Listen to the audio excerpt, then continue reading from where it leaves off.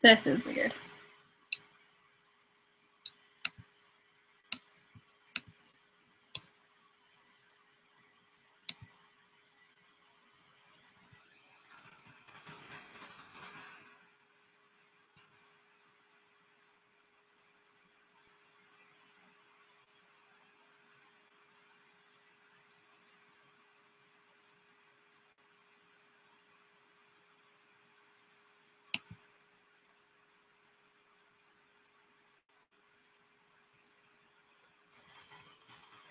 So if you can see me, yay. I'm just trying to figure out how to tell if you can see me. Clearly, I'm experienced in the ways of video podcasting.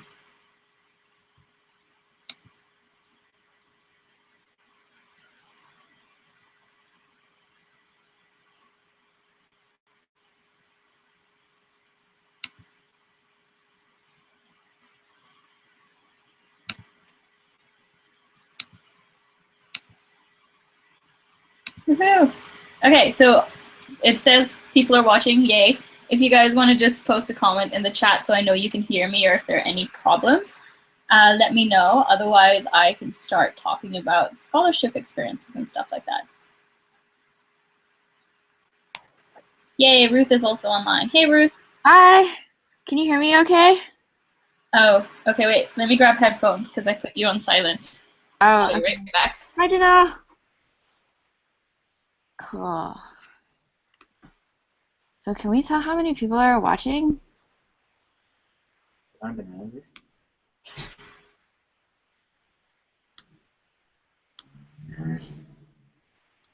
YouTube.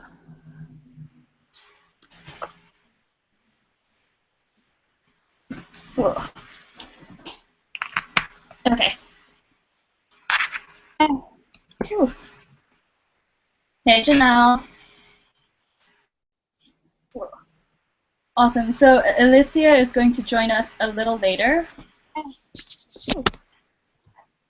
Hey, Janelle. Awesome. So Alicia is...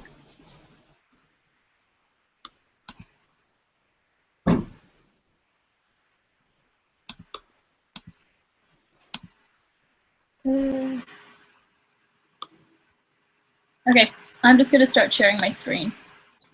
Sounds good. And we can see what happens after I do that. Can we tell how many people are watching? It says 5. Hi. Cool. Hi. Okay, let's hope that that's the one that has the slides on it. Yes. Yay. Let me start at the beginning of the slides. Okay, I'm going to have the slides up, so if you guys can keep track of questions and stuff like that. And then for anyone who's watching, if you guys can just post questions whenever you have them, we can answer them as soon as we can, basically.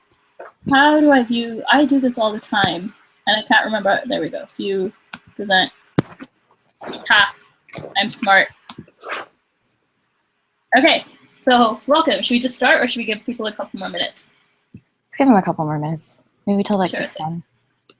Sounds good. So for anyone who is online, hi, I'm Ashni. Ruth is also here, and Janelle was here. I don't know if she's still here. And we have another wonderful woman called Alicia who's going to be joining us in about 25 minutes. And we all went or are going to Grace Hopper, and we're super excited, and hopefully we get to see lots of you there. Grace is quietly cringing in the background, except I think I'm the only one who could see her. Oh. Ooh, I just had an idea. I could bring up the questions onto the screen because I have 2 screens. Oops. Is it also possible to put everybody in a chat? I don't. So like the way I thought it would work is people can comment using the comment section here. Just because if people join in later, it'll be harder to add them into the chat, especially if we're not all on the same interface and stuff. Yeah. But I mean, we can collect their emails and stuff later and put them into a chat that way if we want to follow up. There's also 13 people that say they're going, so we could also just throw all of them in the same chat. Oh, true. True. Okay, do you want to go ahead and start that then? Yeah, sure. As our official moderator. Yeah.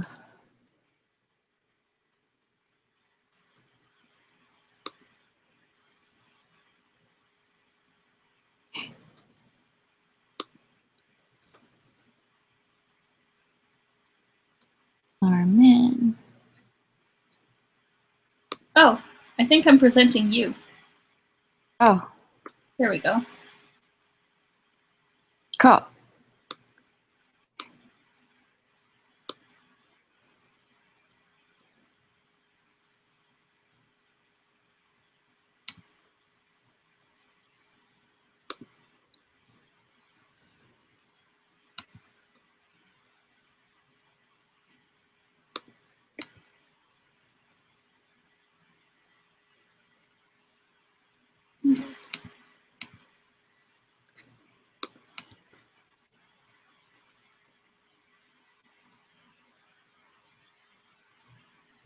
It's also a little trippy, like, with the lag from the chat and the video. It is. I had to mute the video. Yeah.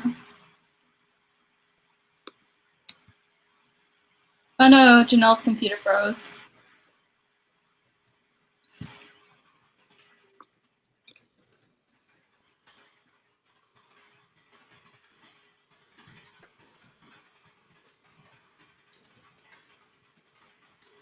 Did your friend manage to make it online, the one who you wanted this for? I don't know. Oh, one of them messaged me and said she has to leave at 6:30, but. Okay. Yay, Laura's watching. Hi, Laura. Yay, we're not doing this for nothing.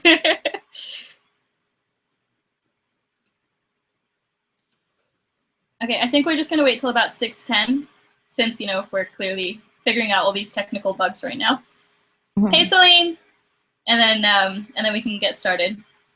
Also, we're gonna ideally post up all these slides and stuff later. So, yay, Mona!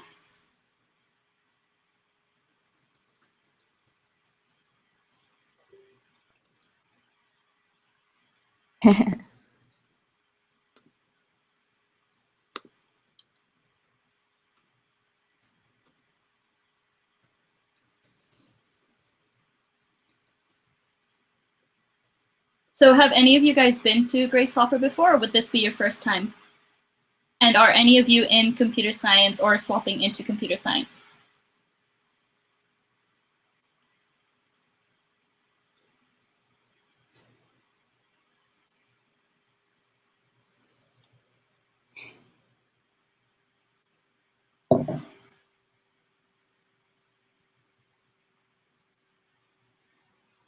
Awesome. First time in software engineering.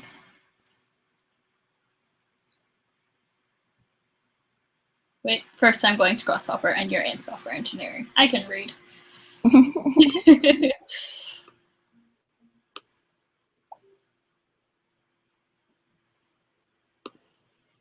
Awesome. So Laura's never quite been to Grace Hopper before. My first time at Grace Hopper was actually last year, and it was amazing. And I'm so happy to see that more people are swapping into ComSci. Yeah, so Joanna, we're planning on releasing these out afterwards, and ideally making any edits that you guys can recommend to us, because we literally threw this together recently, and we don't know what information you guys do want. So we're going to add some more stuff afterwards based on our chat and everything, and then share it out with any additional resources, and then keep updating you guys. One thing I was thinking is maybe creating like an email list or something, or a Google or a Facebook Messenger chat, because that works great too. And anytime we hear about one of the scholarships getting released, we can always just post it in there and just send it out to everyone, just for a way to keep people updated. Fria Lobo had a really good GitHub repo last year, and I think she seems to be keeping it updated for this year. Yeah, because I saw the 2016 one up there as well. So we can link that. Is it in the presentation? I don't think I added it. Do you want to add it in the link section at the bottom? Yeah, sure. Awesome. Okay. So I'm going to go ahead and start since it's about 6:10. I hope Janella manages to make it back online. Her computer froze. But yes, hey everyone. So this is the GHC Scholarships Q&A session. We are not officially affiliated with Grace Hopper in any way or form. This is from our personal experiences, so please don't hold us to anything that we say here. But we are sharing as much as we can with you guys. And I have some other great guests or people or just wonderful people that I've met over the last couple of years who are also joining in and who have either been to or have already gone to scholarship for the next Grace Hopper Hackathon. So a little bit about me. I am a final year student at U of T, and I co-founded U of T Hacks, as well as been a hacker, a mentor, and a judge at many other hackathons. I really like hackathons, and I really encourage everyone to go out to them. I met Mona at a hackathon a couple of weeks ago, and she's amazing.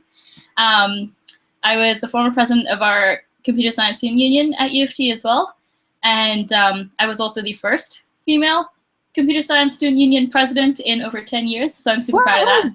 Yeah, and after me, the current president is also female, and she's someone that I found in first year, so I'm super proud of that as well. And then I am a member of the undergraduate women in computer science. Obviously, you have to be, because we have to support each other. And I've had lots of fun internship experiences. I've worked on very entertaining projects, and I really, really love goofing around. If any of those things interest you, especially the goofing around part, let me know. I'd love to take questions about that or just chat about that in general later on. Who are the other people with me? So you see my lovely, very grumpy looking face in the bottom. And then there's also Janelle and Ruth, and there's another friend of ours. And this is actually a picture we took at Grace Hopper last year. So Ruth, why don't you say a little bit about yourself? Sure. And also, Alicia's here. Welcome, Alicia. Oh, you made it online. Hey, Alicia. Oh, I don't think we can hear you, Alicia. But I can introduce myself in the meanwhile. So sure. I'm... Oh, okay. So I'm actually in my second year of my master's degree at Western. So I did a undergraduate in biochemistry, and then I kind of like was thinking about switching into sort of a software engineering role. So I did Google Summer of Code the summer after my undergraduate degree, and then my mentor actually referred me for an internship at Google, which I did last summer. Woohoo! Yeah, and so I was able to go through Grace Hopper last year through the Google internship. They had a special scholarship for interns. So like my brief background. Hi, Alicia. Hi, can you hear me? Yeah, we can hear you. Do you want to introduce yourself? Introduce myself now? Okay. Yeah. We're on that slide. Hi, I'm Alicia. I'm a second-year computer science student at McMaster. I've never been to Grace Hopper, but I recently received a scholarship to go to Grace Hopper this year through the Anita Borg Student of Vision Abbey Award. That's amazing. Congratulations, by the way. Thank you. Awesome. And Janelle's having some issues getting onto our Hangout, so I will give a very quick intro on her. She can probably do a much better job herself. She's from McGill. She went to Grace Hopper last year on a scholarship from Facebook. She graduated and is currently working in downtown Toronto, as well as working on her own startup, I believe. And she is pretty amazing. So hopefully we get her stuff working, because she's going to give us some tips about the Facebook application later on. Awesome. So I'm just going to keep on going and see where we get. So hopefully all of you know what Grace Hopper is. In case you don't, it's a really powerful conference that celebrates women in computing. One of the things that I really loved about it is that you're in a room surrounded by thousands of other women, and just the energy that's in the room, you really feel like you are important, and you know that you're relevant in the workplace, and you're relevant as a human being, and that together we as a group of women can actually make a huge difference, whether it's getting more women in computer science or just a general change in the world. Because let's be honest, women do kick ass. And one of the biggest advantages of Grace Hopper as a student is the unbelievable networking opportunities that you get. I have friends that I've made at companies all over the world, actually, not just the city. Job searching. So I'll let Ruth talk a little bit about this in a minute, but I actually got some interviews on site with Grace Hopper. I got one with, I believe, Yelp, and I got one with Booking.com. And the Booking.com led me to actually going on site to their office in Amsterdam, where I actually got a job offer at the end, and lots of workshops. So Ruth, I know you wanted to mention a little bit about job searching and workshops, so why don't you jump in? Yeah, sure. So at Grace Hopper, companies recruit there, and they also do on-site interviews at the conference. So I interviewed with Apple, and I also interviewed with Intuit. Intuit gave me an intent to offer letter, and then stemming out of Grace Hopper, I applied to like Facebook and Uber, and was able to get all the way to the on-site interviews with them as well. So it's a huge, huge job search opportunity.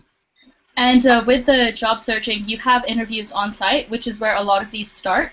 And even if you don't get interviews on site, you also have interview opportunities that happen all over the world. Later on, where they'll reach out to you and try and start the interview process with you later on. I know I had them with a lot of the big companies and some of the small companies as well. So it's definitely great to have your resume in their database, even if you can't make it to the hackathon. Conference. I'm going to say hackathon a lot because that's my go-to, but I meant conference. And then do you want to talk about workshops? Yeah, so there's so many workshops at Grace Hopper, and a lot of them happen simultaneously, so it's pretty crazy. If you have any interest in research, there's tons of different like research seminars where people talk about what research they're working on. There's one workshop that I really liked was about it was a panel of people who ran women in CS groups at universities, so they were able to give lots of tips on how to get sponsorship for your events, how to keep up people's interest and all that stuff. So, and then if you have any women in tech role models, such as like Tracy Chow or whoever, they will be there and they will be at events there. So it's really cool to go and actually see them in person and be able to ask them questions and stuff. Awesome. Yeah, the workshops are amazing. A couple of them do get videoed, and it's a sisters organization, which is in relation to ABI and Grace Hopper. They also do a good job of trying to write up descriptions about each talk and providing them later on after the event for other people to read. There's a link for it at the end of the slides that we have. And they're really in-depth and really well done, and they're actually a great way for you to get involved if you know there's a talk you're really interested in and want to get your name out there a little bit more. But we're focusing on scholarships today, so let's stick to that. Grace Hopper is amazing, but it's also expensive. I think the base ticket price for students is over $300.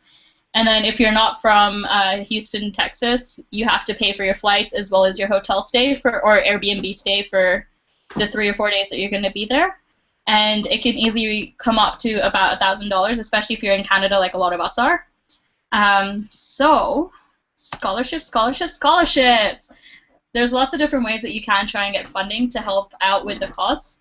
The biggest and I'm not sure if it's the biggest, but I know last year they gave out 500 scholarships.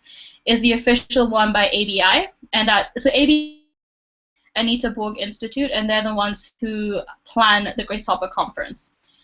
So last year they gave out 500 scholarships, and their application process is currently available. And there doesn't seem to be an official deadline that I could find, but I saw one that suggests that it's on March 30th. So I recommend getting started on that process as soon as possible. You also have company-sponsored Grace Hopper Conference scholarships. So this is after the ABI scholarships, a lot of other companies like Google, Facebook, Twitter will release their own applications. And I believe what happens is they'll go and buy like 25, 30, 50, 100 tickets, and then get students such as yourselves and us to apply for these positions and offer the tickets to whoever they do select from that process. You can also get your school to sponsor your scholarship. So this I've seen happen in a couple of different ways, and we'll talk about that. And employees. So if you're working at a company, some of your employers will actually have a stipend offered as part of your contract. And in Root's case, which you can talk about when we get to that section, you also have companies offering to send you out even though your internship with them has passed. Another way to cut costs is to apply as a volunteer. I believe that application comes out later. I'm not sure what date it's going to come out this year, but they usually cut down the cost of the ticket quite a lot, and you have to be available to volunteer for the event about 8 hours, and a lot of the other things are taken care of for you. So any questions so far? If you have any questions, just post them in the Facebook Messenger chat if you're in that. If you're not in that, just post on the video, and we'll try and answer it. We're trying to monitor both. So the ABI Scholarship, if you go to their website, this is taken directly off their website. So Vivian asked if the ABI Scholarships goes on a rolling basis. I'm actually not sure. Alicia, do you know about that? I believe that the decisions usually come out later on. Yeah, I didn't get, last year I didn't get to apply because I found out about the Grace Hopper celebration a lot later. But I'm pretty sure that the results came out around like late July or early July, somewhere around there.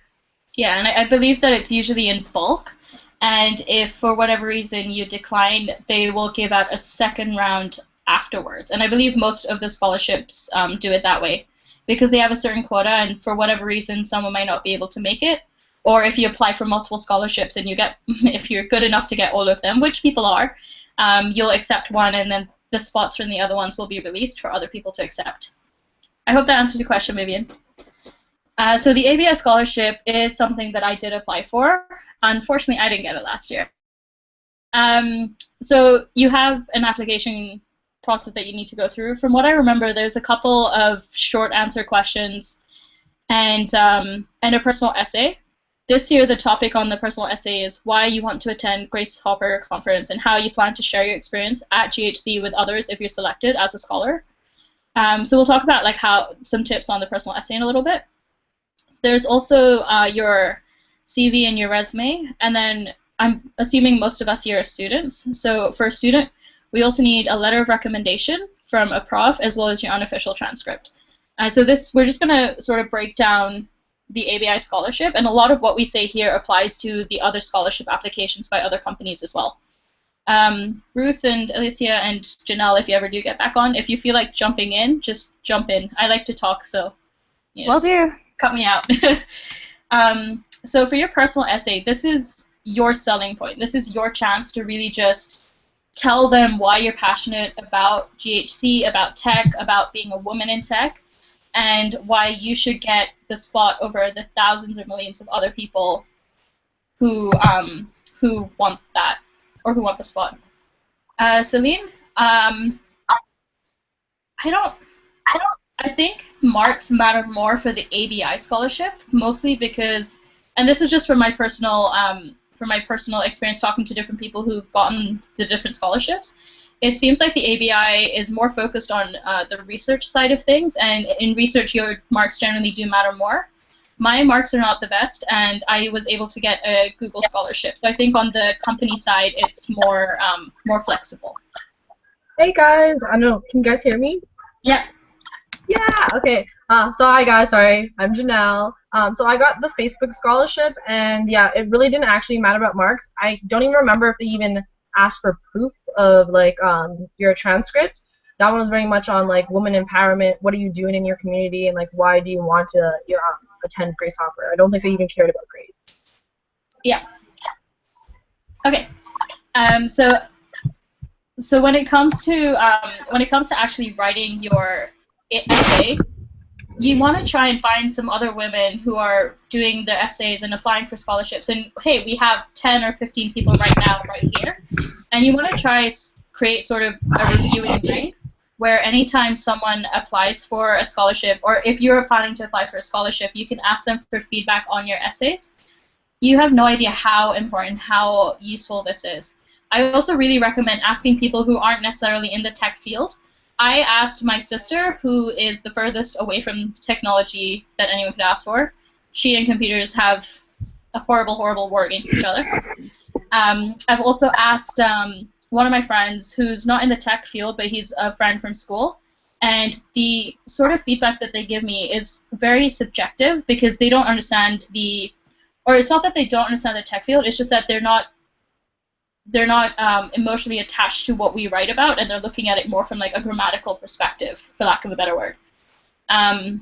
when I share out my essays, especially when I'm giving or when I'm looking for personal feedback, I really like using Google Docs because there's a commenting and editing suggestions options inside it. So just something to think about instead of sending instead of just sending out like a PDF to a bunch of people asking them for their comments and then they'll all give it back in different formats.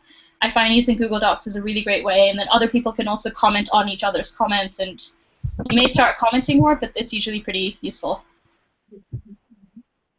Any comments from the other ladies? I used Google Docs as well to do mine. Yeah. For the internal Same. Google.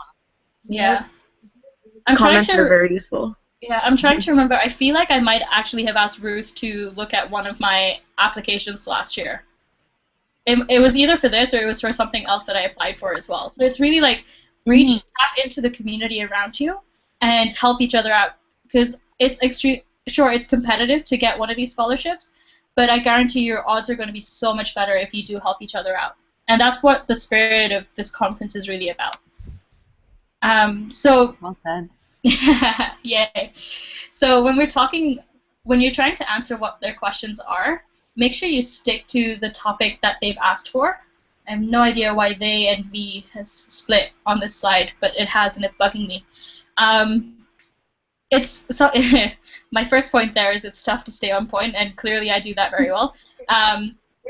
If the question is, so I believe this year's Grace Hopper topic is why you want to attend GHC and how you plan on sharing your experiences with other people. So break whatever the topic is or whatever the question they have down into smaller segments and turn that into the structure of your essay. So for this year's GHC, break it down into 2 major segments: why you want to attend GHC and how you plan to share your experiences. You should always start with a brief introduction of yourself. So that's always going to be your first paragraph. And in that, you want to talk about, very briefly, your name, your school, your name, your school, the fact that you're studying CS or software engineering or whatever it is, and then very briefly talk about what brought you into CS or why you're so passionate about it. Then answer their questions. Make sure it's all tied together, and make sure there's like a flow to the story. It's not like, oh, I really like pineapples, I went surfboarding, technology is awesome, pineapples. Like, that's not a very succinct story, and anyone reading it would get confused and or annoyed and not want to take on your application further. So remember that you're advertising yourself. I know for me personally, this is really, really hard. It's I find it very difficult to talk about my achievements or to talk about things that I've done in an essay. Like, I really don't like I think it's when you're like boasting about yourself on paper. I know I definitely struggle when I'm doing that. But this is something that you have to do, and again, you want to try and keep that classy balance where it's not just like, oh my god, I'm the best person in the world, hire me, or whatever. So you want to find that fine balance, and this is your chance to advertise yourself, because they're only going to look at this once, so make sure you make it count. Something I did last year, and I don't know if it is or isn't allowed, is I included links to some of the different things I talked about in my essay. So as part of my introduction, I mentioned that I was a student union president and that I was a U of T Hacks co-founder and stuff like that. And I don't want to waste words. You only get 500 words sometimes. I don't want to waste words explaining what those things are. So instead, I would highlight, or I would turn, like student union president into a link that links to our student union, so they would know what that is. And that saves you a ton of words. It also keeps you within the page limit, and oftentimes they're reading this from a computer, and they might not know what these are, but if it's easy for them to find out about it, it's just better on their end. If they're reading this as a printed out copy, the fact that it's a link will make a difference. That's my personal opinion. I don't know if any of you guys have a different opinion on it. I know it's something I did last year. I did something similar as well, and going off on sometimes it's hard to talk about yourself. Sometimes I would ask a close friend or a colleague or a professor, what is something really cool that I've done, and it kind of helps me to put together or acknowledge certain things that I've done, and helps me to write the essay components of talking about yourself. That's a really good idea. I might actually steal that from you. Yeah, go for it. That's what this is all about. Something that is I have a list of things that I've done, and every time I do something that I'm proud of, like internally, I'll try add it to that list. And so anytime I need to write about myself, I'll just pull things off that list, and it's not something where I have to go back and remember it.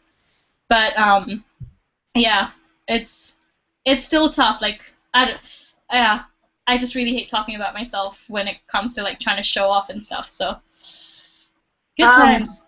One thing I did is I'm really similar to you. I absolutely hate like saying everything, and anyone that's ever seen me lead, I'm like the worst leader on that. What I did is like I went to my best friend and got them to like edit it and be like, nah, he's like, you need to sound better. Like he's like, you're not doing it. So kind of like look at your best friend, because usually your best friend is gonna like know how amazing you are, and they'll try to like, nah, you gotta sound better. So that's a big hint if you got, any of you guys are similar to me, you don't like talking about yourself. Mm-hmm. Awesome. I just saw a comment from Uhi asking if there's a Slack link. There isn't. We have a Facebook Messenger chat going on. Ruth, I don't think I can. Oh, I can add people. Yeah, I think anyone can add anyone. Yeah, anyone can add anyone. So Uhi, I'm adding you. If anyone else is on the video and isn't part of this, part of the Facebook Messenger chat, just shoot one of us a message and we'll try to get you added on. Awesome. So, next thing to talk about. Okay, so this to me was pretty big, and I don't know how much, like, so I applied for the ABI scholarship, and then when I got rejected from that, I started applying for the other scholarships as well. And I think a big part of the personal essay is essentially being personal in it. And so it's really important to figure out what being a woman in tech really means to you. And this means something very different to everyone. I didn't really think about it so much when I did my ABI application, because I know at the time I had a lot of other things going on, and I sort of half-assed that essay. Like, I did a good job in the essay, but I didn't really put a lot of thought into what being a woman in tech meant to me. When I did my Google application, I think that's when it really struck out to me a lot more. And this is actually my final paragraph from my application that I wrote. And yeah, I can read it out to you, I guess. I'm a woman of color in the technology industry. None of these words define what I can do. I'm a firm believer of leading by example, and I believe that every person should understand their rights and know their potential. Every person should understand that gender is not a factor or an indicator. This is my message. Now I want to promote it. And that's what I was coming to Grace Hopper believing, and I wanted to promote that to other women at Grace Hopper and take away knowledge from other women to bring back and share to my community. So in your own way, figure out what being a woman in tech means to you. Figure out, why coming to Grace Hopper, aside from obviously all the perks of like the swag and the jobs and all those other goodies, are, and show them your passion in your essay, because that's your best way to tell them why you're so passionate about it. Ladies, any other comments?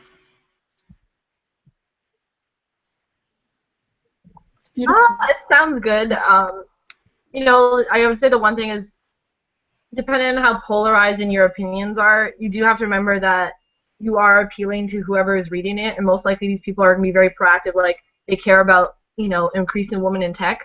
So I've seen people write stuff and they're like, no, like we shouldn't be an emphasis on women in tech in general. So if you do decide to do that as your opinion, there's a chance that whoever's reading it might not like it.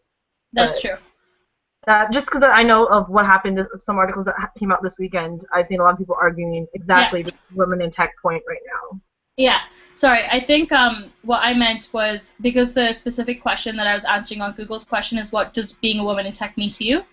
Yeah. That's why this to me came out a lot more. Oh, no, I totally agree with what you were saying. I'm just telling anyone, in case your opinion is on the, I don't want to, we shouldn't focus on women in tech. Yeah. While you're applying to the scholarship, just, just be careful. Yeah. I've seen a lot of people say that this weekend, so I know it's an opinion a lot of people have. Yeah. Be very, so you need to be aware of who exactly it is that's reading yours, and because you don't know who it is, you want to be very careful and transparent with what you say. Awesome. So tips for your CV and resume. This is always a fun topic. Make it look nice. Please don't just put words on a text document and submit that, because nobody really wants to look at that. There's lots of free templates online. I think Google Docs actually have templates. Microsoft Word has templates. Those are the two big ones. I did mine in Photoshop because I clearly didn't like myself a lot when I did it. But it looks really good though. Resume. It's really pretty. Thank you. But it doesn't. I realized later that because I did it in Photoshop, it saved everything as an image, so none of the text actually scans for anyone. Oh no. So that's really useless when you're submitting it to companies. But oh well. Another thing that you can do is get feedback from other people, obviously. So Hackathon Hackers have a group called Hackathon Hacker Website and Resume, and I've got a link in here. And usually people can just go post a link in there, and you're going to get a lot of really great feedback. And I feel like that community is actually really great at giving you feedback. They've been doing it for a lot of other people. You can also go through that feed and look at some of other people's posts just to get inspiration on the kind of information you should include. I always love getting advice from my dad because in my eyes, my dad is, you know, the guy who knows how to rule the world kind of a thing. Please don't ever tell him that. And but you also need to remember when you are getting advice from friends or family who aren't in the tech field, their experiences and their advice might not necessarily be relevant. So my dad is very into the business side of things, and to him, me going to an interview in jeans is absolutely absurd. So just take some of their feedback with a grain of salt. And then some of the basics that you need on your resume is to show your name and ideally your contact information very clearly. Make sure you clearly show your school. Even if you think you're not at a top tier school, you still want to put it on there. And then make sure you show the year that you intend to graduate, so that they can identify if you're applying for like an internship position or a full-time position. And then obviously include any work experience or projects. And ideally try and get a website and or projects up on GitHub and include links to those as well, because that's a great way to show off your coding expertise. If you guys want some examples of good resumes, my friend Duncan and I have been running Western Tech Alumni, and we've put together a handout about resumes, along with, I think we have an example of like a first year, a second year, and a third year, and a fourth year student, like good resumes from all of those years. So that's at westerntechalumni.github.io if you want to check that out. Ruth, why don't you go add that onto the bottom of the screen or the bottom of the set of slides as well, or even in this link in this slide as well. It won't show up right now, but when we refresh it, it will be there. Awesome.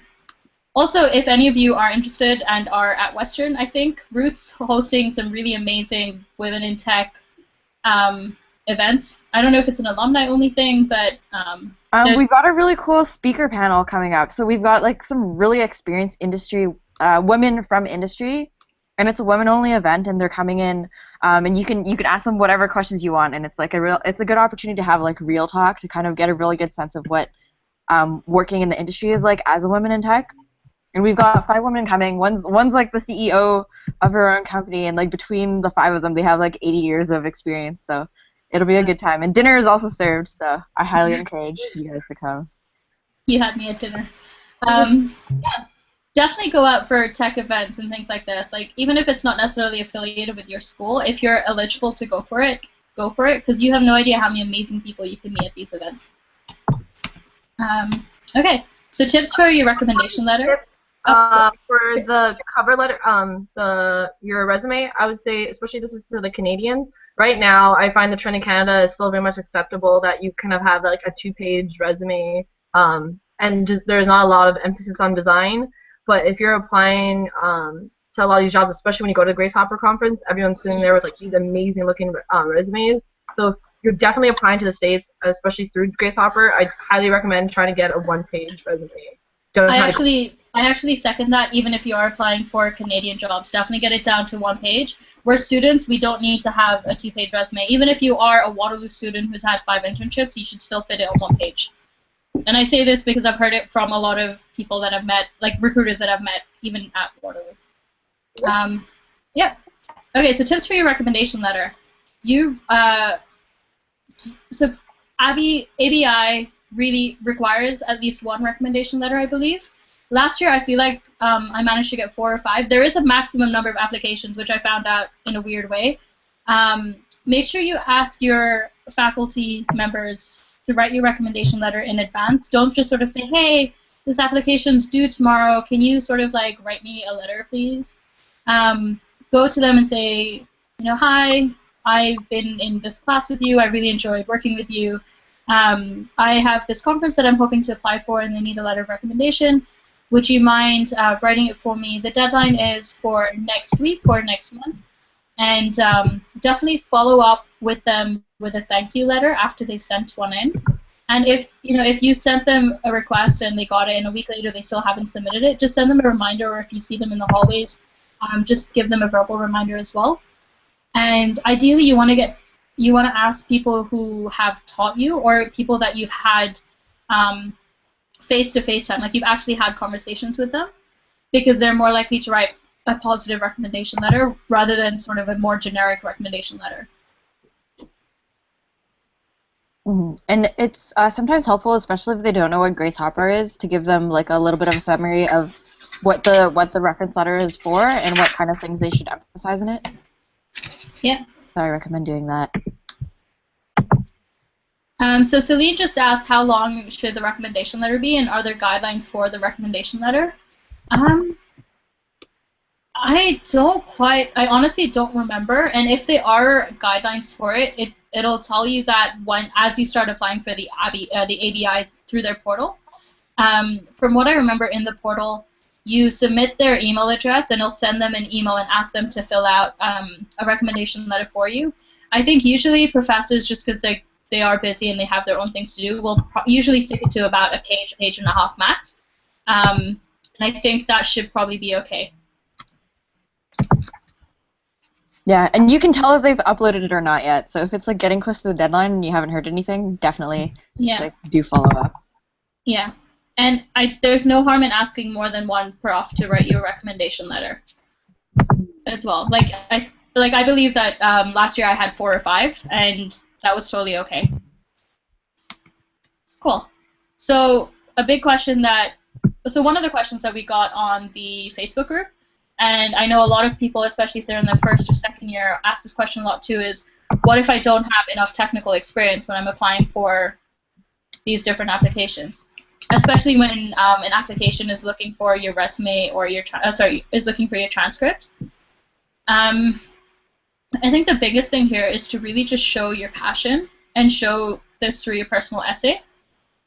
I think it's a little tougher with the ABI scholarship because they are looking for more experienced people, and particularly more experienced people in the research sector.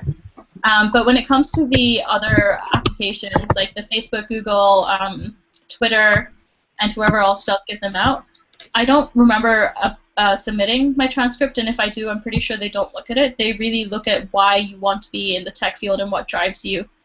That being said, if your application isn't due tonight at midnight, you still have a ton of time. Like, a lot of these applications aren't due until June, and you have time to get experience in. For a lot of people, when they're looking at how much experience do you have, they'll look at your GitHub and they'll look at the kind of projects that you've got on your GitHub account. So the first thing I'm going to say, I'm going to flip this order actually, is go to hackathons and try and work with a team, work on different projects, because that's a great way to get experience. I believe Root said that there's a hackathon happening in London this weekend. I know where Yes, there is. Where Hacks is happening. Oh, sorry. Okay. Is Where Hacks also this weekend? No. I think they're in a couple of weeks, and I know they got postponed by a week, so I think they're end of March, but I'm not sure. Cool. So this weekend there's actually a couple hackathons happening. There's NHacks in London, Ontario, and then if you're into bioinformatics or like analyzing biohacks. There's U of T Biohacks in Toronto. So I'm going to U of T Biohacks, and I know a lot of people at Western are going to NHacks. If you didn't like apply and get in, I recommend just like showing up and asking if you can join. Yeah, generally the answer will be yes. As a hackathon organizer myself, I will unofficially tell you that at U of T Hacks, we almost always accept people at the door as long as we haven't hit too far over our 500-person capacity. And it's because there's almost always some people who don't show up, especially when it's a free event. And that's true with most hackathons that get organized. So the other thing I'm going to say is you want to pick small ideas time and just, you know, if it's something you haven't done before, like maybe creating a quick web page, creating a Chrome extension, creating a bash script that'll, you know, tell you to go make coffee at 10 o'clock every night because, you know, you're studying for the next 10 hours. Learn how to make it and push that code up to GitHub. That's your best way to get code onto GitHub, and it lets you start learning how to do different things. Something I started doing last week, and I can't tell you that I've been doing this for years and years because it's only been 8 or 9 days, is every night I take on a different project, and I've been creating Chrome extensions last week, and this week I'm aiming to do different design elements. So I've actually created 7 different Chrome extensions, and I've pushed all of that code to GitHub, so my GitHub now looks like it's extremely full and extremely busy with lots of different code. When in reality, a lot of the code is just duplicated because Chrome extensions have a lot of base code that's the same, and it's really just some functionality that you're changing. So I really do. It doesn't have to be something big. I learned how to do a Chrome extension in about 10 minutes, and then spent the next 2 hours making it look nicer and having the APIs work nicely with the app that I was making. So that's definitely a huge way for you to show that you have more technical experience and just to start learning how to code more. Nice. Sorry, go ahead. Yeah, I want to say that so for projects on your resume, the bar for projects is not that high. The point of projects is just to show that you have enough interest, that you are taking like your personal time to do projects. So it doesn't have to 100% work. And a lot of the hackathon projects on people's resumes like don't actually work. As long as you can talk about it in an interview or on an application, like that's enough. I came 3rd place in a hackathon, and my project had a button on an Android app, and it didn't do anything. So, so yeah, like get code up there. This is also before hackathons became as big as they are and extremely competitive. But it is possible. Like get code up there, and it's like learn new things. Even if it's not 100% working, you can. It's enough. Yeah, another pro to hackathons is that they're pretty short time commitment, so instead of dedicating weeks on end to a side project, you can hammer out a side project over 24, 36 hours with mentors around, which is awesome. And those mentors are often from companies who create awesome products like Firebase or Twilio, and you can learn a lot from them as well, which is awesome. Cool. Any other comments about tech experience and stuff like that? Any questions about tech experience or CV or any of the things that we've talked about so far? I'll just wait a couple of seconds in case anyone's typing. No. Okay. So yeah, I couldn't find an official deadline for the ABI scholarship, but it seems like March 30th is when they want all of the professor recommendation letters in. Okay, so Lean asked how many projects should be put on a resume. Ruth, do you have any comments on that? I don't think there's really a maximum, but I guess a minimum would be like 2 or 3 is really nice. And this includes, like, you can also use school projects, especially if you're taking like a second-year software engineering course or something like that with a big project. Like, definitely include those. And then as to the maximum, I guess it just depends on how you format your resume. If your projects are all very brief, like one-liners, then you can have a bit more. But if not, then I guess less. And also, if you don't have any professional job experience, then your projects can sort of substitute for that. Yeah, especially if you're like a first or second year student or first or second year person in computer science.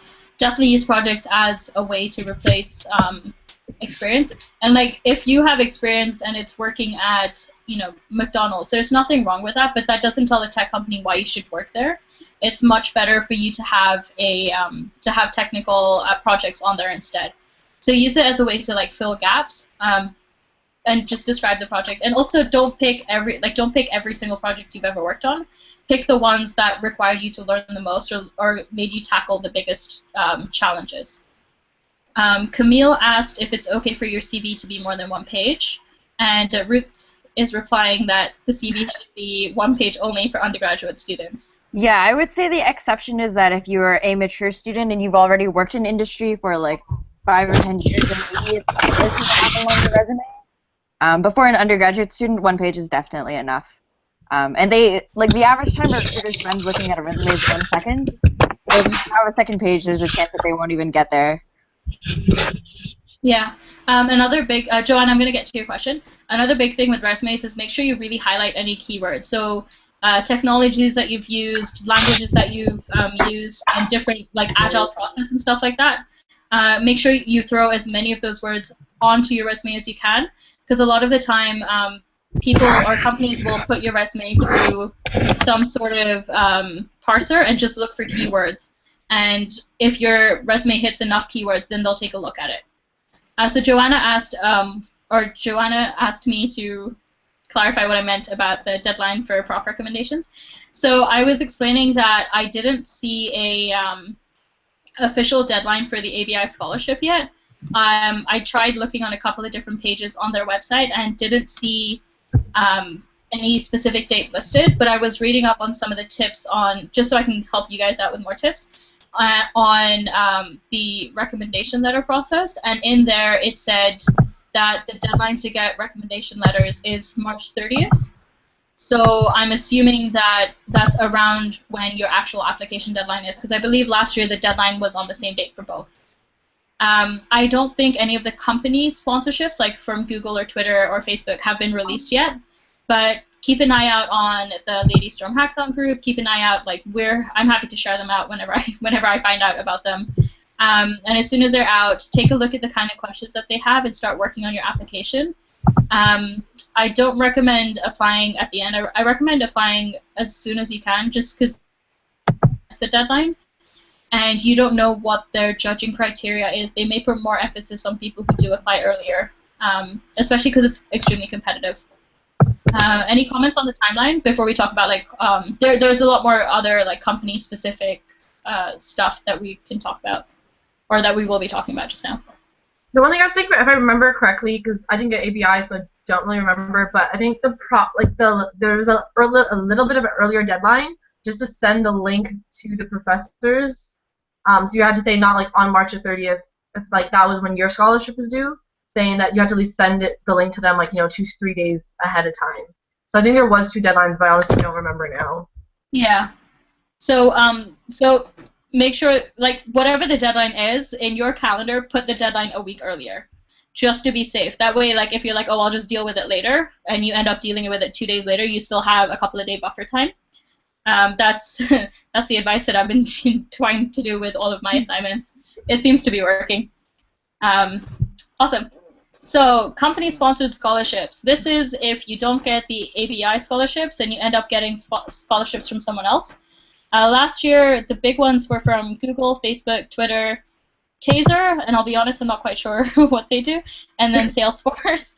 I believe Salesforce was actually a UX design scholarship, so for students who are into UX design more so than software engineering, which is really great because I know a lot of women who prefer that. And then I can talk a bit about Google, my experience with Google, and Janelle can talk a little bit about her Facebook experience as well. Janelle, why don't you start? Okay, so the Facebook one is really cool because on top of actually paying for your Grace Hopper ticket and your hotel, they actually spent, so the conference, if I remember correctly, it was like Wednesday, Thursday, Friday. So we were flown in Sunday, and so Sunday night, Monday, and Tuesday, we had Facebook engineers come and talk about various different things. So we had like their lead Android programmer come in and talk about the challenges of Facebook being a global company and how to code for that, different career paths you can take. They did a lot of emphasis on the lean. If anyone's familiar with Lean In, we did some sessions on that. So I was really excited that I got like Facebook versus like ABI. To be honest, just because there was way more emphasis on a sense of community they were trying to build. One note about the Facebook one is I'm not 100% sure how they decide their ratios, but it was a mix of there was only about I think 30 of us, and about over half of them were people that had previously worked for Facebook. So the other 15 of us were people chosen from the scholarship one. And so those were anything, but they do have an emphasis. They do seem to have emphasis on choosing their own people, just as FYI. And yeah, and then during the event, during Grace Hopper event, during the days, Facebook was doing a lot of events also for other people, but still continued to make sure that we were okay. Like they were constantly like, "Are you guys okay?" Giving us things. So if you guys can get Facebook, it's awesome. I'll be very honest. When I saw like her Facebook schedule last year and all the extra stuff she got, I was very jealous. That. Sorry, was someone saying something? Oh no, I was just saying, and also the swag was amazing. Oh my god, their swag was so good. Yeah, so all of these companies actually have events that they're hosting. Like almost all the sponsors have events that they're hosting at some point. And these are during the lunchtime, these are evening events, these are tea time events. So one thing you definitely want to do once you get into the conference is try and keep an eye out for all of the invitations that get. I believe Janelle, Ruth, and I actually created a little ring between the three of us where anytime one of us found out about one, we'd share it with everyone else, and we would make sure we got into as many as we could. They're a lot of fun. It's free food, free booze. It's great. So Celine just asked, how do you find the company scholarships? I believe they usually post about them on their blogs, and eventually they'll get posted on Facebook and or Twitter. I found out about them through, I don't know how to say her name, Freya, who has a GitHub repo that posts all the links, and that's one of the links that we have at the bottom of the slide. And then usually someone will post about it in the Lady Storm Hackathon group, which is something I follow quite well, and I really recommend it to you guys if you're not in that group. And then just keep an eye out on your Women in Tech group. I know I'm going to try and share it out. Uhi, I think, was in this chat at some point, and she's pretty good at sharing that kind of information out. And I believe like Ruth and Janelle share it out with their Women in Tech communities as well. Okay. So with Google, they did something similar to Facebook where they split the information, or sorry, not information. They split the tickets that they gave out between people who applied, like me, and then people who were past interns, like Ruth. So for me, I had to fill out an application. I had an essay question to answer on why I was interested in the tech industry and stuff like that. And then I really just had to sort of wait and hope that they would select me based on my experience and my amazingness and my, I don't know, craziness. And when I found out about it, they send you an email letting you know that you were selected and ask you to confirm that you're taking their ticket. And then they give you a great travel stipend. They actually put me up in the hotel that was connected to the conference room or the conference space, which was amazing because it was really hot and I never had to travel anywhere to get back to my hotel room at night. I was very jealous of her. It was actually amazing because it was so hot outside. And then what else? They put you up in a hotel. They put your flights and everything. They're also really great. Like they have a Google Scholar and Intern party, which was a lot of fun. And yeah, like. I don't know if I can give you specific advice for the application because it's really what we've said so far in terms of like making sure your essay and stuff like that is good. Ruth, do you want to talk about getting it as a previous intern? Yeah, it's a lot easier as an intern because they have more spots available and less people applying for them. Yeah, I just did the general thing where I wrote up my application, got my friend to look over it, and then sent it in. So it's an application process for you as well? It was an application process, but I think they had 200 tickets available, and there was something like 300 or 400 interns, so it wasn't nearly as hard to get into. Okay. 400 female interns. Yeah, and also for those of you going to Western, Kathy Chen actually got the Twitter scholarship this year, but she couldn't go because Twitter requires you to go a week early, and so like. She had some Ivy stuff she had to do, and they wouldn't let her go.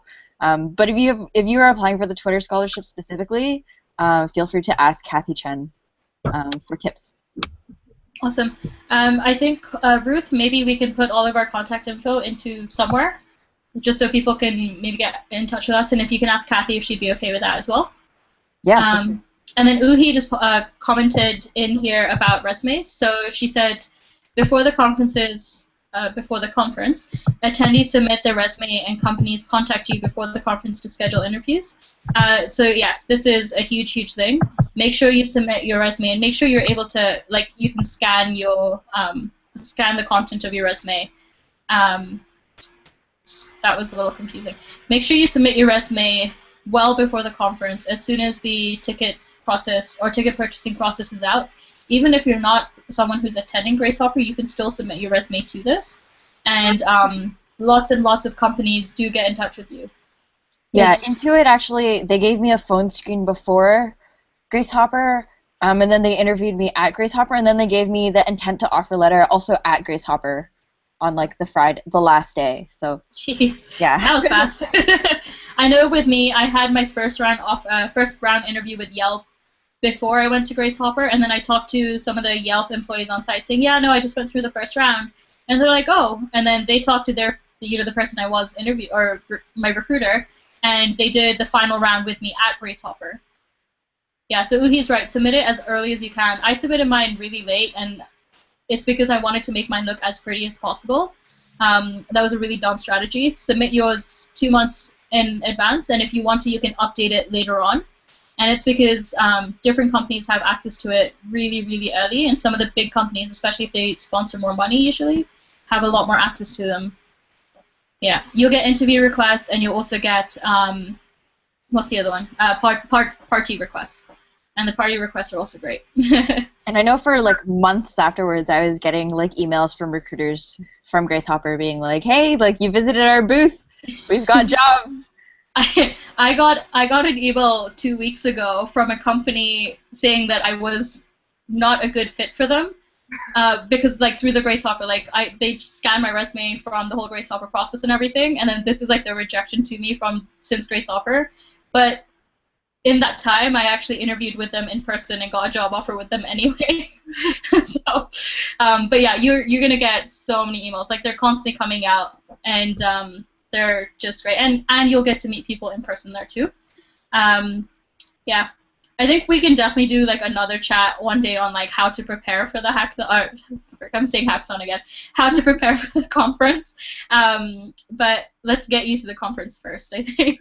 And just to clarify, in case anyone is confused, this is directly on the Grace Hopper conference website. Nothing to do with like the company sponsored or ABI. So when you get your ticket, they actually make you register more information, and during that registration process, there's an upload resume. Just to clarify. Yeah, thanks for that. So other places to look. Wow, I forgot to reformat the slide. Your school usually has some sort of conferencing budget. I know Uhi definitely did it this way 2 years ago, and you can ask your school to support your going to a conference, especially if it's somewhat academic related or professional related. But this, every school has different rules about it. Every school has different amounts that they're willing to support.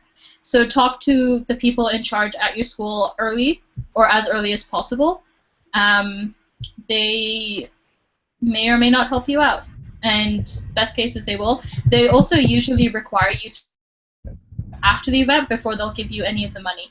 I see Uhi's typing a little bit, so I'm going to move on to the next thing and then read out whatever Uhi says. Employee stipend. So if you're working at a company and you're now a full-time employee, a lot of companies offer a perk of offer conference subsidies as a perk. So I know one of the places I worked at previously, they would give you they would let you go to the conference without taking any of your vacation days, and they would give you up to maybe $1,000 or $800 to go towards conference-related costs. And this was a combination of like, this could be one conference, this could be multiple different conferences. So talk to people that you're working with or working for in the future, and this is just something you can talk about. Yeah, so what Uhi said is she got her reimbursement. So Uhi got a school stipend for her ticket, for her conference ticket, and she got reimbursed after the conference by our CS department. You have to save all the receipts and plane tickets, boarding tickets. I believe they might even ask you for a picture of you actually being at the conference. it's their money and they want to make sure they're actually giving it to someone who went to the conference. And so you really want to make sure that you start talking to, whether it's the head of your department or one of the profs who's pretty high up in making these kind of decisions as soon as possible, because ticket purchasing comes out soon, but when they'd be reimbursing you is next year. So if you can get like the okay and the go ahead from them now and early enough, then they can also budget for it. Another thing I know that happens is some schools actually sponsor to send students. I met a couple of women last year, and they were like a group of 15 or 20 who had in part raised funds on their own. I think it was a combination of they raised funds and they got scholarship from, they raised funds and then they got their department to help them with the remaining amount of money to send about 15 or 20 women to the conference, which is pretty great. So Camille, I'll get to your question in a second. Uhi added on that the CS department gave her $700, which covered the hotel and travel expenses, but it really does depend on how much money they're willing to give out. So I know at U of T, I helped organize a conference last summer, and we were asking them to help with travel, with conference stipends and stuff like that as well. And so they sort of gave us like a blanket of $1,000, which would go towards offering subsidies to students, and we got to decide if we wanted to do, like share it up. Like I think a ticket cost was like $100, so we could either give it as a free tickets to 10 people or subsidize 50% of the tickets to 20 people. So, and this wasn't the CS department, this was an engineering department, so even within one school, different departments could have different roles. So Camille, I believe you asked if companies do travel stipends for interns. That I'm going to answer with that really depends on the company. I feel like if you're only there for 3 or 4 months, it's less likely, but they may be offering scholarships like Google did or Facebook did, and you can find out and ask about getting through the process with that. I don't know if Ruth or Janelle want to add on to that. Yeah, check if they're a sponsor. Yeah. Oh, sorry. I think it would only really be the more bigger companies. If you work for like a Canadian company here, the incentive for them to even send you to this American conference is pretty low. Yeah. So I think it's more like the bigger, like if you work for Facebook, yes, as an intern you have a good chance of doing it, but smaller companies, not very likely. Yeah, and then again, check if they're a sponsor, because you might be able to try and say, hey, I'm totally an awesome person, you want to take me as part of your sponsorship team to try and attract other interns, because that's always a great idea. Yeah. Does anyone have any other questions, or are you tired of listening to us? All of these things are okay. Or does anyone else have anything to add, I should say? One other thing I would say is before the conference, kind of decide how you want to spend your time. So I was really split where before the conference I actually didn't know that the job part was such a big deal. It was only when I was like I think talking to like Aishin and people on Grace the Lady Storm hackathons kept talking about how amazing this job fair was. So I never planned for it. I really didn't do job prep before, like interview prep before. I went there because I wanted to like attend more of the talks, where I know someone who had 30 interviews and spent like 30 interviews booked and just spent the entire time interviewing. So one thing I would say is before the conference, kind of decide how do you want to split your time. And one thing to know is that they'll give you like the conference schedule, and it's like a book, and they also have apps, but the book is like crazy thick, and you're looking at it, and like at every single moment there is so much going on. So when we say there's a lot going on, it's literally they have about 30 or 40 different rooms, and in each room there's a different talk going on, as well as additional like side events, plus possible interviews and stuff like that. It is crazy. That's what we mean by there's a lot going on. We tried to see if we could like have the same interest in the same events, and we're like we can't even do this. Like it's crazy. So one thing, also be very willing to know that you're not going to get to see everything that you would want to see. And they kind of do have different streams. They'll be like, oh, this is really aimed at people who are already at industry. This is aimed at students that are more more junior students, more senior students. So kind of just really decide what your focus is, because I think if you get there and you try to change your mind, you're going to waste time and get really confused and kind of be disappointed. So kind of set a goal of like either I want to spend more time on the job fair, which isn't open the first day, which was I think a very good thing. Yeah.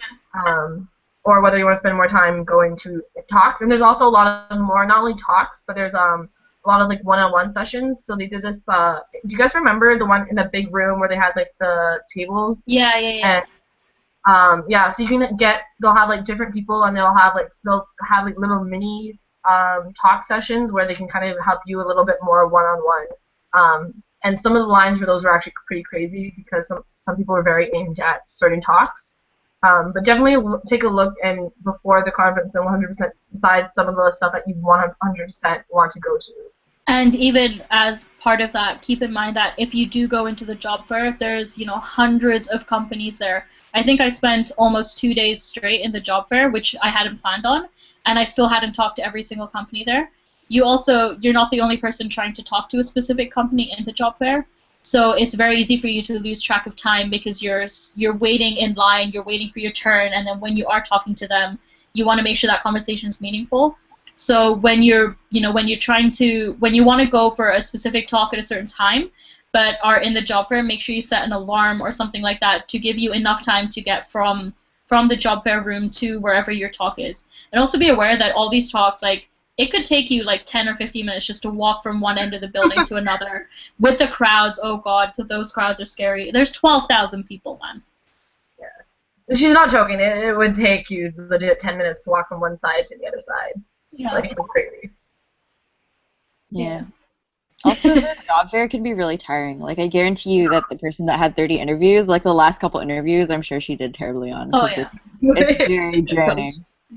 Way too intense. So like, yeah, if you're like scheduling stuff like that, be careful.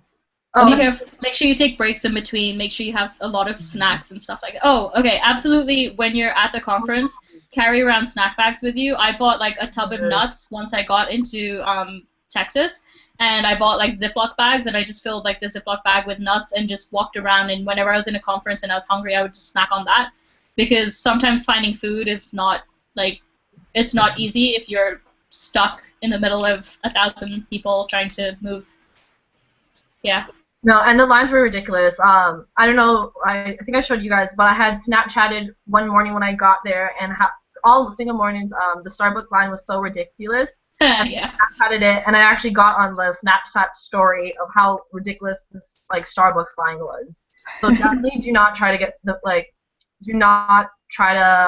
during the day, try to like get in line for food. And one thing at night is definitely try to attend the parties because you'll have free dinner every night.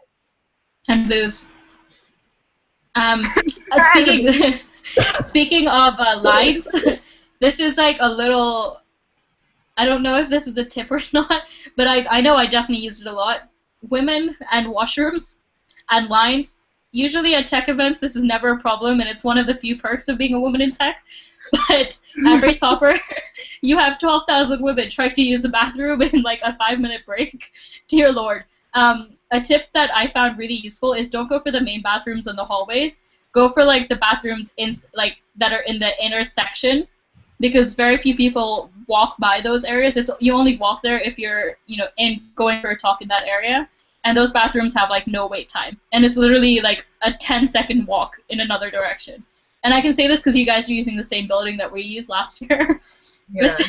It might sound like it's a really silly tip to give, but like when you're waiting for 20 minutes to go to the washroom. Yeah, definitely, and don't try to do the lines right after the keynotes or the afternoon series, because the lines, everything after the morning keynotes and the plenaries are ridiculous. Like I was like, no, that's okay. I would like pee my pants and like wait in line. I love how this chat has now ended up into us talking about peeing. No, I think you brought up a very good point about how ridiculous those lines were. Yeah.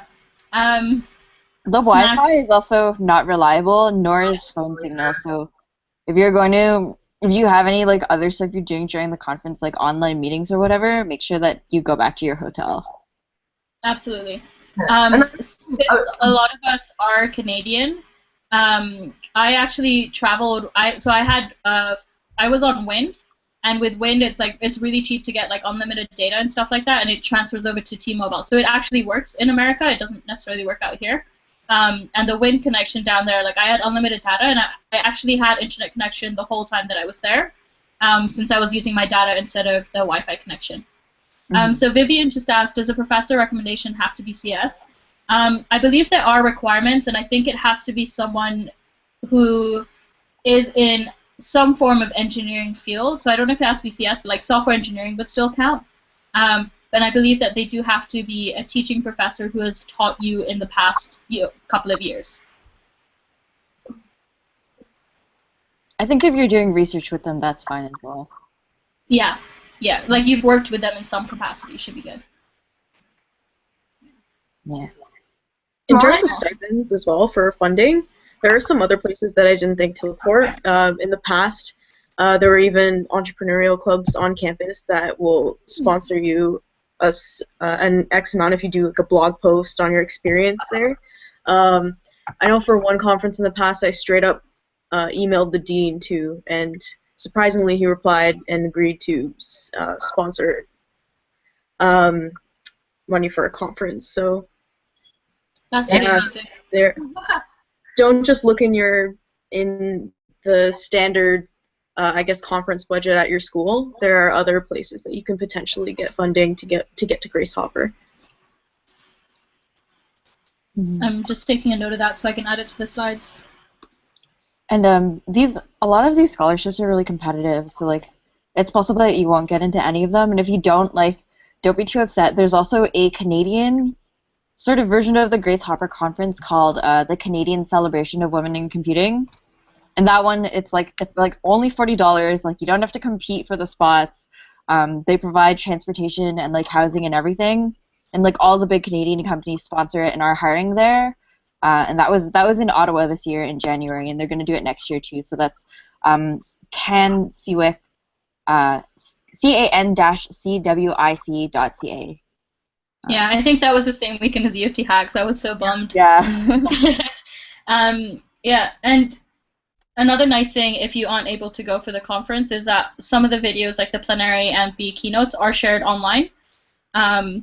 So, you know, it's not a complete loss if you don't make it out, but you do miss on some of the smaller personal research and other topics from really cool people on site. So Joanna added big U.S. companies were at the Canadian conference that Ruth mentioned as well. Yep. So Oh, awesome. I'm wondering if they were Canadian companies or like U.S. companies, or if they were. I bet there was like Google and like Palantir because they have Canadian offices. Yeah, like companies that have offices here. So like, I don't think Morgan Twitter Stanley, or something like that. Shopify. Oh, I'm guessing you made it out to it. Awesome. Oh, I chose U of T Hacks over Kenwick. Oh, that makes me smile. I kind of had to. Yeah, so this is like the bummer with like awesome events. I like for U of T Hacks, I know I definitely try to look at other conference and events dates so that we don't conflict. But you know, it's just not possible to get every weekend. Like there's just so many events going on that it's impossible. But yay to coming to U of T Hacks. It's about Grace Hopper and it doesn't have to be scholarships, but just questions about being at Grace Hopper or tech events in general or anything else.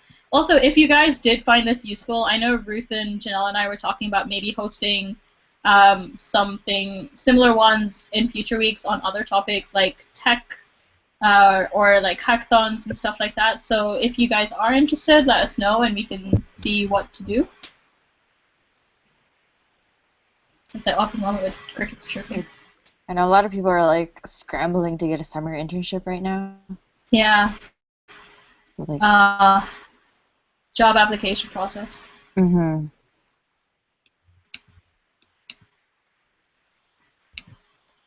One thing, if anyone has time this week, it's International Women's Day. Tomorrow! Tomorrow, so if you guys have time, try to go to an event. A lot of places are doing as a week-long thing, not just tomorrow. So try to get to something. Like right now, if anyone knows Julie from University of Waterloo, she's at DevTO doing a talk. There's a lot. There's so much tech, especially. I don't know if I just because I'm in tech, I've noticed them, but there's a lot of women in tech events this week. So try to go out. I don't know where everyone is, but definitely there's a lot in Toronto. I know Hamilton has stuff. I know I've seen it in Waterloo. I'm assuming London has stuff. Yeah. Yeah, they do. There's actually an event tomorrow. I'm gonna share it with you guys in the chat. Yeah, I was just gonna say, Janelle, do you mind sharing links to all of these to people in the chat? Yeah, I will do it in a little bit because I know a couple of them, and I will need to find the links. Yeah, I know of a couple, but I need to track down the links. Awesome. Oh, okay. So I'm gonna show you some of the links that we've had up here. And there's some more that Ruth and some other people have been adding as well. So the first two are the ABI official links. Then the first three are ABI official links with tips on applying to Grace Hopper and the scholarship. The fourth one, the GHC 16 Inspiration Board. That one is, so I mentioned that the sisters do, what's it called? The sisters do reviews and write-ups on the talks that happened last year. So someone's gone and compiled a bunch of really inspirational ones and put them together on this board. So this is a great place for you to just go and get some inspiration. And then I linked up my scholarship applications from last year. If anyone ever wants to read them, feel free. Props for that, by the way. Thank you so much. That'll be really helpful for people. Yeah. If you think that I'm a crazy person after you read them, that's also okay because I'm right there with you. But yeah, and then there's a couple of other links that we mentioned we're going to add. So I believe one of them is a link to Freya's GHC tracker, where she usually is really good at updating when scholarship deadlines are out, or when scholarships are out and what their deadlines are. And then I think we're slowly going to start adding up some blog posts that we think are really useful. Shirley Meow from, I believe, Western. Yeah, she's at Waterloo now.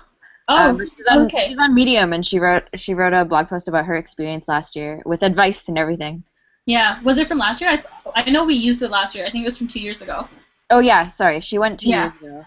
Yeah, so like there's tons of really great resources that I know I used last year, and I'm sure they've so many more that have come out.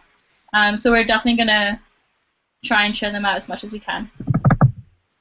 Yeah, and I've also added links to the Lady Storm Hackathon Facebook group, which will be on the slide deck. It's not updated right now, and also the Canadian celebration for women in computing. And if you're not in the Lady Storm Hackathon group, it is like you can skip Hackathon Hackers. You need to join LSH. Yeah, LSH is where it's at. Awesome. Okay, I really hope you guys enjoyed this. If you have any questions, again, feel free to ask us. And yeah, I guess we can call it a night. Yeah, thanks so much for joining us. Woo! Woohoo! Claps all around. Happy International Women's Day. Yeah, and it's really cool that there's like women from all different schools here. So hopefully we can get that kind of like community going in the future. Yeah, I think that's super, super important when it comes to really trying to make a difference. Yeah, it would be really cool. The fact that it isn't, like, I assumed when I first started getting more into, like, women in tech that there was some group that was across Ontario, and there wasn't. But, like, when I met Ruth and Aishi, it was, like, amazing to meet people at other universities. Yeah. Yeah. Sure. So Ruth, Janelle, and I are like all hackathon founders from like our individual schools, and we've all just been sort of talking over the last 2 years, I think, just about like different things, like whether it's tech related or anything else, and it's like I think that's why we sort of just planned and decided to start this up. So yeah. Our high schooler, okay, so Joanna just asked if high schoolers are allowed to attend GHC. I believe I saw high schoolers there last year. With relation to scholarships, I think it depends on the rules set by each individual scholarship. I don't really think there was any scholarships exactly for high school, like, that really, I don't remember them allowing high school students, because most of them were 18 plus and stuff like that. They were looking for, like, so like with the Facebook one, they were hoping that their interns would come back as full-time, and then the people like me that were chosen out of the other pool would like apply to Facebook and get a job there. So I think a lot of companies are doing it for altruist, like not only altruism, but like their own needs. So it's kind of hard for them to do a scholarship for for high school students. Yeah, unless that high school student is just so damn amazing. Yeah. Yeah, but again, there may or may not be one this year that does target high school students if if the company is looking for internships. So that, or like the high school that student goes to may want to sponsor this person. It's unlikely just because high schoolers and tech don't necessarily go together that well yet, but you never know. The times are changing. We'll see. And you never know. You can always try to do what's that, like GoFundMe, and you never know, like people might rally behind you. Yeah. True. Yeah, I mean, if you can raise the funds yourself, there's nothing stopping you from just like buying a ticket and attending. Yeah. So did any of you buy the ticket and then get it reimbursed after you applied for the scholarship? No, I don't have money for that. No? Okay, just because I remember being put onto the wait list and then getting off the wait list, and right before I had to make that decision, I got the scholarship from Google. So I remember people talking about it. I know other people did it. yeah. There's a big thing with like one thing to let, and it's a really good point that she brought up that I was gonna say earlier is the tickets actually sell out like Ridiculously fast. Like they put it up and like within a week all the tickets are sold out, especially because companies buy a lot of the tickets. Yeah. So wrap your head around that. 12,000 tickets are sold out in 1 week. Yeah. So it's a big thing that if you really do want to go, I'm pretty sure if you bought the tickets, it's probably because then you can always sell it over because people were selling their tickets over to other people. So if you do have the money, you can afford the ticket and hope to get the scholarship. And even if you decide you can't go, there's a high chance that you can sell off your ticket. So Celine just asked when tickets go on sale. I'm trying to see if I can pull up a date. Sometime in the summer. I feel like it was in like July or something. Yeah. Wasn't it a little bit earlier than that? Because I feel like when I was applying for some of this, like. Oh no, it was definitely earlier because June is when June is when a lot of the scholarships were out, and the scholarships come out after ticket sales start. Yeah, I was just say, I remember when I got Facebook, I was so excited because I didn't know that the tickets would sell out that fast. And like I got Facebook, I think I heard back. I know it was due at the beginning of June. I think I heard back end of June. Yeah.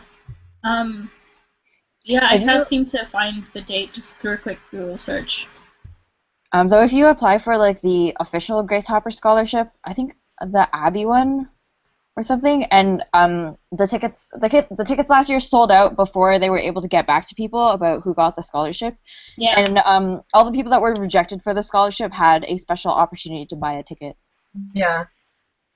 Yeah, but that's only for the Abbey specific one. Yeah.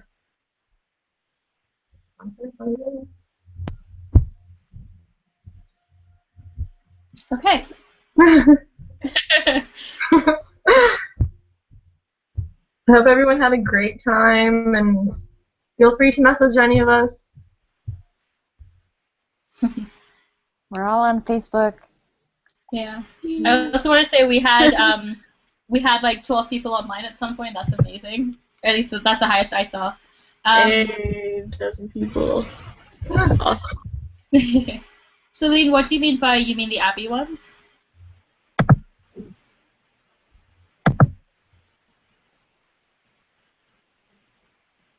That might have been when I was talking about the official. Oh, okay. Okay. Yeah, because I just went back onto that tab. Oh, she's typing. Oh yeah. Another. Delay. Yeah, I know. Another quick comment is like the nice thing about GHC is that there are a couple of guys who are there as well. I think last year there were about 500 men there. I don't know if, and this is just a question that you may or may not get asked. I don't know if there are any specific rules about having to be specifically a woman or not a man because of gender fluidity. So again, that's if anyone ever asks you that, that's something you can look into on the individual application. I actually know that like the way I think Facebook's was written, it doesn't specify that you have to be a woman. Yeah. I think a lot of stuff why they don't do that is they don't want to get into, like, especially in the States, problems around laws around, like, Segregation and discrimination. So Yeah. technically you could. The chances are they just don't have to choose you because there's no reason. There's nothing stopping them from not choosing you. But there's nothing that can stop them from not applying. Yeah. So Celine's question was about the people who got rejected. So yeah, if you apply for the Abby scholarship and you get rejected from it, they sent out a special code that you could use to buy a ticket, even though it was after the deadline. So from what I remember, they sell out like a huge chunk of the tickets and then slowly release some other ones, depending on whatever their rules and stuff are inside. Because they also sell different types of tickets. They sell speaker tickets, student tickets, faculty tickets, and stuff like that. So yes, if you apply for Abby scholarship and get rejected, you have a high chance of getting a ticket afterwards anyway. Awesome. Okay, it's officially 7:30. We've been at this for an hour and a half, and I'm surprised. I'm so happy people are still listening to us.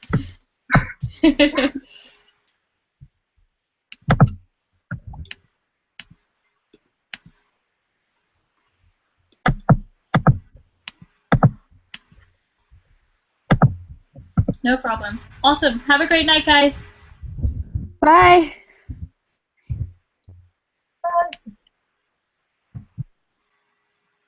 Okay, I'm going to hang up on this call as soon as I find the hang up button. There it is. Good night, everybody.